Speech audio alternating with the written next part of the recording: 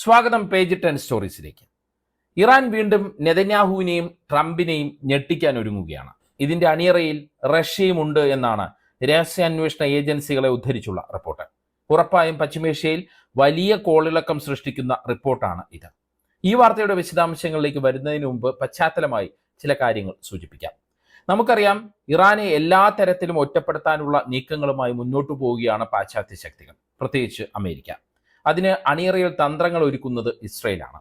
ഓരോ തവണയും ഓരോരോ കാരണങ്ങൾ പറഞ്ഞ് ഉപരോധങ്ങൾ ഏർപ്പെടുത്തി ഇറാനെ വീർപ്പ് മുട്ടിക്കാനാണ് പാശ്ചാത്യ ശക്തികൾ ശ്രമിച്ചുകൊണ്ടിരിക്കുന്നത്. ഇറാൻ ആണവായുധങ്ങൾ നിർമ്മിക്കുന്നു അല്ലെങ്കിൽ നിർമ്മിക്കാൻ ശ്രമിക്കുന്നു, അതുകൊണ്ട് അവർ പശ്ചിമേഷ്യയ്ക്ക് ഭീഷണിയാണ് എന്നൊക്കെ ആണ് എപ്പോഴുമുള്ള വാദഗതികൾ മുന്നോട്ട് വയ്ക്കുന്നത്. അതേസമയം പശ്ചിമേഷ്യയ്ക്ക് യഥാർത്ഥത്തിൽ ഭീഷണിയായ ഗാസയിൽ വംശഹത്യ നടത്തുന്ന ക്രൂരമായ ചെയ്തികൾ നടത്തുന്ന ഇസ്രയേലിനെ അമേരിക്കയും പാശ്ചാത്യ ശക്തികളും വെറുതെ വിടുകയും ചെയ്യുന്നു.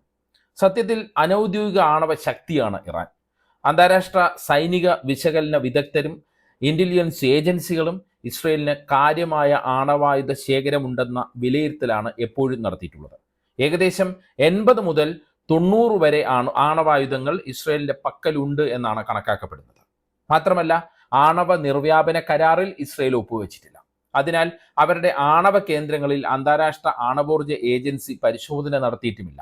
എന്നാൽ ഇറാന്റെ കാര്യമാണെങ്കിലോ, അന്താരാഷ്ട്ര ആണവോർജ ഏജൻസിയുമായി പല ഘട്ടങ്ങളിൽ ഇറാൻ സഹകരിച്ചിട്ടുണ്ട്.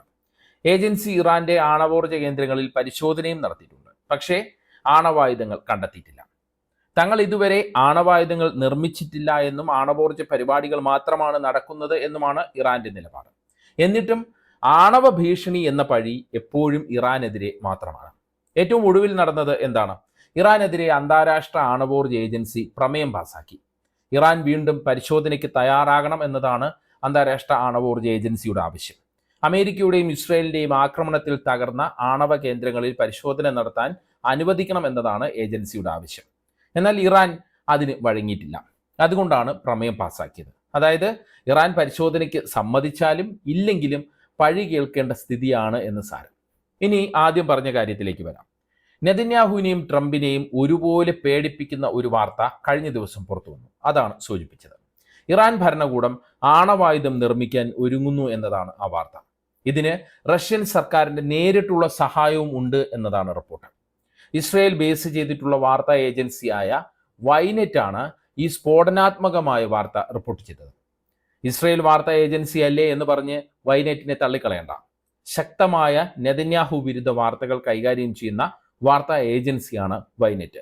ഏറെക്കുറെ നിഷ്പക്ഷമായി വാർത്തകൾ കൈകാര്യം ചെയ്യുന്ന ഒരു വാർത്താ ഏജൻസി. അവരുടെ വാർത്തകൾ അങ്ങനെ തെറ്റാറില്ല. ഈ വാർത്ത അവർ റിപ്പോർട്ട് ചെയ്തിരിക്കുന്നത് നേരത്തെ പറഞ്ഞതുപോലെ രഹസ്യാന്വേഷണ ഏജൻസികളുടെ വിലയിരുത്തലുകളെ അടിസ്ഥാനമാക്കിയാണ്. എന്താണ് രഹസ്യാന്വേഷണ റിപ്പോർട്ടുകളിൽ പറയുന്നത്? അതാണ് ഏറ്റവും നിർണായകമായ കാര്യം. ഈ ഞായറാഴ്ച വൈനെറ്റ് പുറത്തുവിട്ട റിപ്പോർട്ടിൽ പറയുന്നത് ഇങ്ങനെയാണ്. ഇറാൻ പ്രതിരോധ മന്ത്രാലയവുമായി ബന്ധമുള്ള പ്രതിനിധി സംഘം ഈ അടുത്ത ദിവസങ്ങളിൽ റഷ്യൻ സൈനിക സാങ്കേതിക കമ്പനി സന്ദർശിച്ചു. ഈ കമ്പനി അമേരിക്കയുടെ ഉപരോധ പട്ടികയിലുള്ള കമ്പനിയാണ്. എന്തിനാണ് അവർ ഈ കമ്പനി സന്ദർശിച്ചത്? ആണവായുധം രൂപകൽപ്പന ചെയ്യാനുള്ള ടെഹ്റാന്റെയും മോസ്കോയുടെയും പദ്ധതിയുടെ അവസാന ഘട്ടം പൂർത്തിയാക്കുക എന്നതായിരുന്നു ഈ പ്രതിനിധി സംഘത്തിന്റെ ലക്ഷ്യം. അതായത് ഇറാൻ ആണവായുധ നിർമ്മാണത്തിലേക്ക് കടന്നു എന്ന് തന്നെയാണ് ഈ റിപ്പോർട്ട് പറയുന്നത്. അതായത് തങ്ങൾ ഇനി പഴി കേൾക്കാനില്ല, ആണവായുധം നിർമ്മിക്കാം എന്നുള്ള രീതിയിലേക്ക് ഇറാൻ എത്തി എന്നുള്ളതാണ് ഈ റിപ്പോർട്ട് പറയുന്നത്.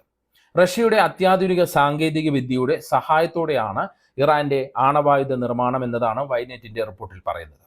എന്താണ് ആ സാങ്കേതിക വിദ്യ? അതാണ് ഏറ്റവും നിർണായകമായ കാര്യം.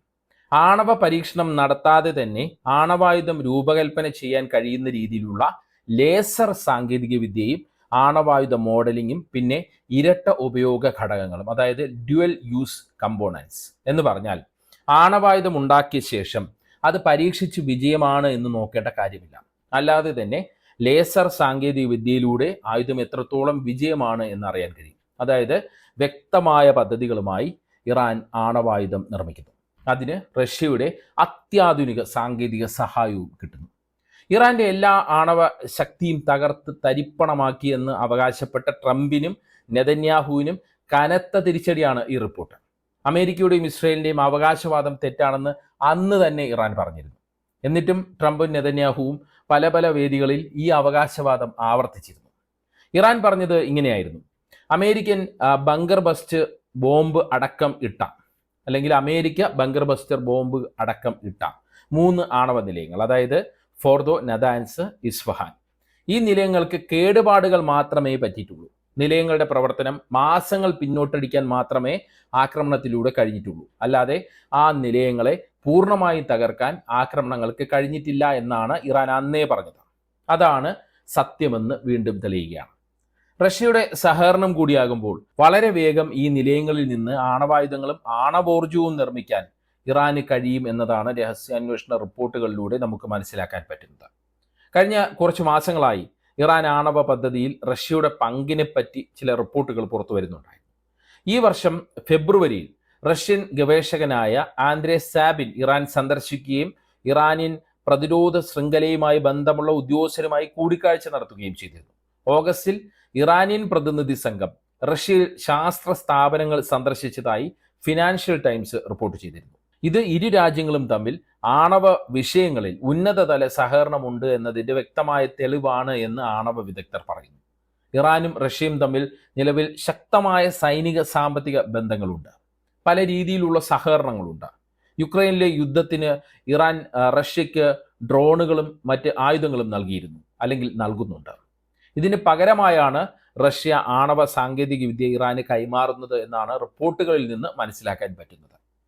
ജൂണിൽ ഇസ്രയേലും US നടത്തിയ വ്യോമാക്രമണങ്ങൾക്ക് ശേഷം ഇറാൻ അന്താരാഷ്ട്ര ആണവോർജ്ജ ഏജൻസിയുമായിട്ടുള്ള സഹകരണം നിർത്തിവച്ചിരിക്കുകയാണ്. ഞാൻ നേരത്തെ സൂചിപ്പിച്ചു. ആക്രമണങ്ങളിൽ തകർന്ന ആണവ കേന്ദ്രങ്ങളിൽ പരിശോധന നടത്താൻ IAEA ഇൻസ്പെക്ടർമാർക്ക് അനുമതി നിഷേധിക്കുകയും ചെയ്തിരുന്നു. ഇതിനെ തുടർന്നാണ് ആണവോർജ്ജ ഏജൻസി പ്രമേയം പാസാക്കിയത്. ഈ പ്രമേയം തള്ളിയ ഇറാൻ പരിശോധനകൾ പുനരാരംഭിക്കാനായി സെപ്റ്റംബറിൽ ഉണ്ടാക്കിയ താൽക്കാലിക കരാറിൽ നിന്ന് പിന്മാറുന്നതായും അറിയിച്ചു. മാത്രമല്ല, പുതിയ ആണവോർജ്ജ നയങ്ങളും പ്രഖ്യാപിച്ചു. കൂടാതെ ആണവ സാങ്കേതിക വിദ്യ പരിഷ്കരിക്കുമെന്നും അറിയിച്ചു. ഇതിന്റെ തുടർച്ചയായാണ് ഇറാൻ ഇപ്പോൾ റഷ്യയുമായി സഹകരിക്കുന്നു എന്നുള്ള, ആണവ സഹകരണം നടത്തുന്നു എന്നുള്ള വാർത്തകൾ പുറത്തു വരുന്നത്. ഇറാന്റെ പക്കൽ നിലവിൽ 60% വരെ സമ്പുഷ്ടമാക്കിയ 440 കിലോഗ്രാമിലധികം യുറേനിയം ശേഖരമുണ്ടെന്നും ഇത് 10 ആണവ ബോംബുകൾ നിർമ്മിക്കാൻ പര്യാപ്തമാണ് എന്നുമാണ് അന്താരാഷ്ട്ര ആണവോർജ്ജ ഏജൻസിയുടെ വിലയിരുത്തൽ. ഇറാനും റഷ്യയും തമ്മിലുള്ള ആണവായുധ സാങ്കേതിക വിദ്യാ സഹകരണം സംബന്ധിച്ച് രഹസ്യാന്വേഷണ റിപ്പോർട്ടുകൾ ശരിയാകാൻ തന്നെയാണ് സാധ്യത. കാരണം പശ്ചിമേഷ്യയിൽ റഷ്യയ്ക്ക് ഏറ്റവും അധികം സ്വാധീനമുള്ള രാജ്യമാണ് ഇറാൻ. മാത്രമല്ല, ഇസ്രയേലിനെതിരെ ആ നിലയ്ക്ക് തന്നെ മറുപടി നൽകാൻ പറ്റിയ ശക്തിയുമാണ് ഇറാൻ. അമേരിക്കയും ഇറാൻ പേടിക്കുന്നില്ല. ഉപരോധങ്ങൾ കൊണ്ട് ശക്തി ആർജിച്ച രാജ്യവുമാണ് ഇറാൻ എന്ന് തന്നെ പറയാം. അതുകൊണ്ട് തന്നെ ഇറാനുമായുള്ള സഹകരണം റഷ്യയെ സംബന്ധിച്ച് വളരെ നിർണായകമാണ്. ആ ബന്ധത്തിന് പതിറ്റാണ്ടുകളുടെ പഴക്കവുമുണ്ട്. മാത്രമല്ല, ഇസ്രയേൽ ഏകപക്ഷീയമായി ഇറാനെ ആക്രമിച്ചപ്പോൾ ആദ്യമായി അതിനെതിരെ ശബ്ദമുയർത്തിയതും റഷ്യയാണ്. ഇറാനെതിരെ ഇസ്രയേലിന്റെയും അമേരിക്കയുടെയും ആക്രമണത്തിന് ശേഷം ഇരു രാജ്യങ്ങളും തമ്മിലുള്ള സഹകരണം കൂടുതൽ ശക്തിയാർജിക്കുകയും ചെയ്തു എന്നുള്ളത് നമുക്ക് നോക്കിക്കാണാൻ കഴിയും. മാത്രമല്ല, റഷ്യ, ചൈന, ഇറാൻ, ഉത്തര കൊറിയ ചേരി തന്നെ രൂപപ്പെടുകയും ചെയ്തു. അതിനിടയ്ക്കാണ് ആണവ സാങ്കേതിക വിദ്യ സഹകരണം സംബന്ധിച്ചുള്ള ഇപ്പോഴത്തെ വാർത്തകൾ കൂടി വരുന്നത്. ഈ വാർത്തകൾ സത്യമാണെങ്കിൽ വലിയ തിരിച്ചടിയാകുന്നത് ഇസ്രയേലിനാണ്. കാരണം 12 ദിന യുദ്ധത്തിൽ തന്നെ ഇറാന്റെ ബാലിസ്റ്റിക് മിസൈലുകളെ പ്രതിരോധിക്കാൻ ഇസ്രയേൽ നന്നേ പാടുപെട്ടതാണ് നമുക്കറിയാം. ഇറാന്റെ ആക്രമണങ്ങളിൽ ഇസ്രയേലിൽ കനത്ത നാശനഷ്ടം വന്നതോടെയാണ് ഗത്യന്തരമില്ലാതെ വെടിനിർത്തൽ കരാറിലേക്ക് വളരെ വേഗം അമേരിക്ക പോയത്, അല്ലെങ്കിൽ എത്തിയത്. എന്തായാലും ഇറാന്റെയും റഷ്യയുടെയും ആണവ സഹകരണം നിലവിലുള്ള ലോകക്രമത്തിൽ വലിയ സ്വാധീനം ചെലുത്തുന്നതാണ്. റഷ്യ നേതൃത്വം നൽകുന്ന ചേരിക്ക് കരുത്തു കൂടുന്നു എന്ന് നമുക്ക് വിലയിരുത്താം. നമുക്കറിയാം, റഷ്യയും ഇറാനും അമേരിക്കൻ ഉപരോധങ്ങൾ അല്ലെങ്കിൽ പാശ്ചാത്യ ഉപരോധങ്ങൾ നേരിടുന്ന രാജ്യങ്ങളാണ്. അതുകൊണ്ട് തന്നെ അവർ തമ്മിലുള്ള സൈനികവും സാമ്പത്തികവുമായ സഹകരണം പാശ്ചാത്യ ശക്തികൾക്കെതിരെയുള്ള ബദൽ സഖ്യമായി തന്നെ നമുക്ക് കണക്കാക്കാം. ഇത് ബഹുധ്രുവ ലോകക്രമം അഥവാ മൾട്ടി പോളാർ വേൾഡ് ഓർഡർ എന്ന ആശയത്തെ ശക്തിപ്പെടുത്തുന്നു എന്ന് നോക്കിക്കാണാം. അതായത് ഒറ്റൊരു രാജ്യം, അമേരിക്ക, എല്ലാം തീരുമാനിക്കുന്നതിൽ നിന്ന് മാറി പലതരത്തിലുള്ള ശാക്തിക ചേരി എന്നുള്ള ഒരു രീതിയിലേക്ക് കാര്യങ്ങൾ വരുന്നു. നമുക്കറിയാം, ഇറാനും റഷ്യയും ഇസ്രയേലിനോടും അമേരിക്കയോടും കടുത്ത വിയോജിപ്പ് പുലർത്തുന്ന രാജ്യങ്ങളാണ്. അമേരിക്കൻ ഉപരോധങ്ങളാലും സൈനിക ഭീഷണികളാലും ഒറ്റപ്പെട്ട ഇറാന് റഷ്യയുടെ സാങ്കേതിക വിദ്യയും പിന്തുണയും ലഭിക്കുന്നത് അവരുടെ പ്രതിരോധ ശേഷി കൂട്ടാൻ സഹായിക്കും. ഇത് ഇറാന് കൂടുതൽ സ്വയം പര്യാപ്തത നേടാനും ബാഹ്യഭീഷണികളെ ചെറുക്കാനുമുള്ള കരുത്ത് കൂട്ടുകയും ചെയ്യും. പലസ്തീൻ വിഷയത്തിൽ ഇസ്രയേലിന്റെ നടപടികളെ ചോദ്യം ചെയ്യാനുള്ള ഏറ്റവും ശക്തമായ മാർഗമായി ഇറാൻ ആണവ ശക്തിയെ കാണുന്നു. പശ്ചിമേഷ്യയിൽ ഇസ്രയേലിനും അമേരിക്കൻ സഖ്യകക്ഷികൾക്കുമുള്ള അമിതമായ സ്വാധീനത്തെ ഒരു പരിധിവരെ റദ്ദു ചെയ്യാൻ റഷ്യ ഇറാൻ ആണവ സഹകരണം അത്യാവശ്യമാണ് എന്നാണ് ഇറാൻ അനുകൂലികളുടെ വാദം. എന്തായാലും ഇറാന്റെയും റഷ്യയുടെയും നീക്കം അമേരിക്ക ഇസ്രയേൽ കേന്ദ്രങ്ങളെ ശരിക്കും ഞെട്ടിച്ചിരിക്കുകയാണ്. മാത്രമല്ല, നേരത്തെ സൂചിപ്പിച്ചതുപോലെ ട്രംപ് നെതന്യാഹു അവകാശവാദങ്ങളെ വീണ്ടും വീണ്ടും പൊളിച്ചിരിക്കുകയാണ്.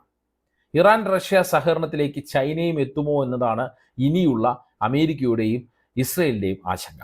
ചുരുക്കി പറഞ്ഞാൽ കൃത്യമായ ലക്ഷ്യങ്ങളുമായി നീങ്ങുകയാണ് ക്രെംലിനും ബീജിങ്ങും ടെഹ്റാനും എന്ന് നമ്മൾ ഇതിലൂടെ മനസ്സിലാക്കുകയാണ്. എന്താണ് ഈ വിഷയത്തിൽ നിങ്ങളുടെ അഭിപ്രായം? കമൻറ്റ് ചെയ്യുക. വാട്സപ്പിൽ പേജ് 10 സ്റ്റോറീസ് വീഡിയോകൾ കിട്ടാൻ കമൻറ്റ് ബോക്സിലുള്ള ലിങ്കുകൾ ക്ലിക്ക് ചെയ്യുക. വാട്സപ്പ് ഗ്രൂപ്പിലോ അല്ലെങ്കിൽ വാട്സപ്പ് ചാനലിലോ അംഗമാകാം. നന്ദി, നമസ്കാരം.